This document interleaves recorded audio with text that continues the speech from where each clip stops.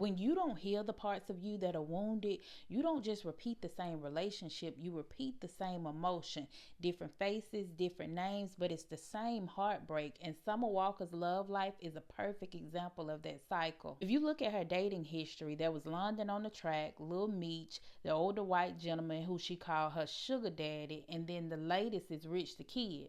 This is not just bad luck, it's a pattern. It's emotional unavailability, it's inconsistent men, lying, cheating. Summer Walker is choosing partners who match her wounds and not her worth.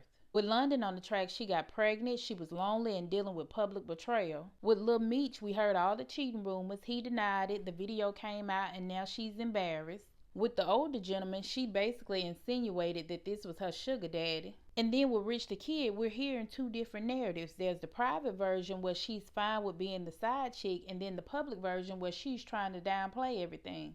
That disconnect between what she says she wants and what she actually accepts is a sign that she hasn't healed her core wounds. And then you got to look at her performances, the crying on stage, the bitterness when she talks about heartbreak. A lot of the emotional outbursts people blamed on pregnancy hormones, but hormones doesn't create pain, but it will reveal pain that's already there. Summer has to figure out what inside her keeps choosing this familiar hurt. When you've experienced abandonment wounds, inconsistent love, emotionally unavailable caregivers, relationships where you had to fight to feel chosen, or childhood environments where chaos felt normal, you're naturally going to be drawn to men who create that emotional landscape. That kind of wound is going to make you cling to men who breadcrumb you, cheat on you, lie to you, and hide you.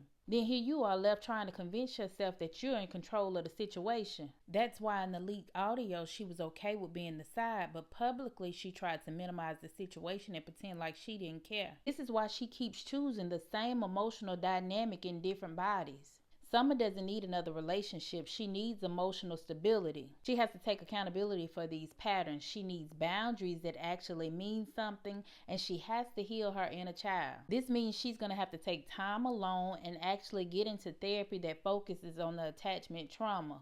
We gotta stop calling dysfunction love. A healed woman doesn't stay for potential. She stays for consistency. A healed woman is not going to fall for compliments, gifts, attention, or chaos. She falls for character. And a healed woman is not going to accept being the side piece or being hidden in any situation, even if it's temporarily, because she knows that anything requiring her to shrink herself is not aligned with her growth. Summer Walker is talented, she's beautiful, and she's successful, but success doesn't heal wounds. Money doesn't fix patterns, and fame won't create self-worth. You gotta do the internal work. And this isn't just about Summer Walker, it's about every woman who's ever tried to heal someone else while bleeding herself.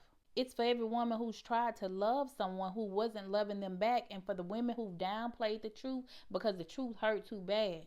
Summer's story is a mirror, and healing is the only way to stop the cycle.